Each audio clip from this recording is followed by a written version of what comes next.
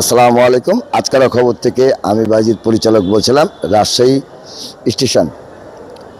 দর্শকবৃন্দ, আপনারা জানেন এটা একটা বিভাগ এবং সিটি। দর্শকবৃন্দ, এখানে কিছু অনাকাঙ্ক্ষিত মাঝে মধ্যেই ঘটনা ঘটে। যেমন কয়েকদিন আগে আমরা দেখেছি আনসার বাহিনী হোক কিংবা পুলিশ বাহিনী হোক, রেলের কর্মকর্তা এইরকম একটা নিন্দাজনক কাজ করতে পারে, এটা আমাদের জানা ছিল না।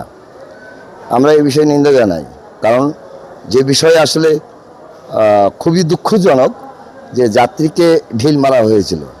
এই অভিযোগটা আপনারা দেখেছেন, এর আগেও প্রতিবেদন করেছি এবং বিভিন্ন মিডিয়াতেও কাভারেজ আছে, দেখছে। এবং আমি সেই বিষয়ে তাদেরকে জিজ্ঞাসাবাদ করতে গেলে তারা বলে যে আসলে এটা আমরা জানি না, কিংবা কবে হয়েছে সেটাও বলতে পারবো না, আদৌ হয়েছে কি হয়নি সেটাও তারা সঠিকভাবে বলতে পারছে না। তাহলে দর্শকবৃন্দ, আমি কাউকে জিজ্ঞাসা করার আগে নিজেকে জিজ্ঞাসা করবো আসলে আমি কতটুকু সৎ। দর্শকবৃন্দ, এখানে আরও কিছু বিষয় আছে।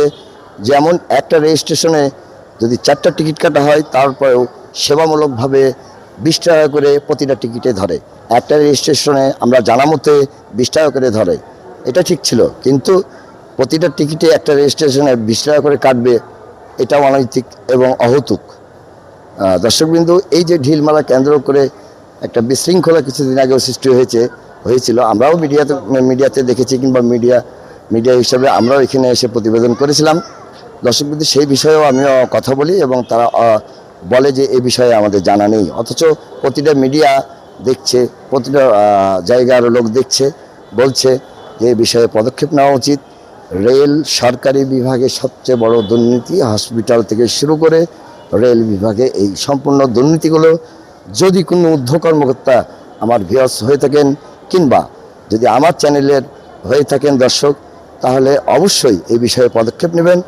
দর্শকবৃন্দ, আবারও বলি, এই যে আপনারা সরকারি প্রতিষ্ঠানটা দেখছেন, আসলে এই প্রতিষ্ঠানটি আমাদের অর্থায়ন দিয়েই চলে। সরকারি যে প্রতিষ্ঠানগুলো আমাদের অর্থায়ন দিয়েই চলে। ভ্যাট ট্যাক্স ছাড়া এরা সরকারি প্রতিষ্ঠান চালাতে পারবে না, এবং এককভাবে সরকারেরও চালানোর ক্ষমতা নাই। বিগত কিছুদিন আপনার 10 থেকে 15 বছর আগেও এই প্রতিবেদনটা আমি দেখেছি। সেই টাইমে কিছু কিছু রেল বাধ্যগত দিতে হয় পাবলিককে। তার একটাই কারণ, দুর্নীতি ঠেকানো যাচ্ছে না এবং ভর্তুকি আর কত দিবে, এই হচ্ছে বিষয়, আর কোনো কিছু না। এই বিষয়ে কিছু কিছু যানবাহন, ট্রেন ও বাইরে চলে যেতে পারে সরকারের আওতায়। আমাদের কাছে তথ্য জানা আছে, যতটুকুই সেতটুকুই বললাম। দর্শকবৃন্দ, এই প্রতিবেদনটি আরবি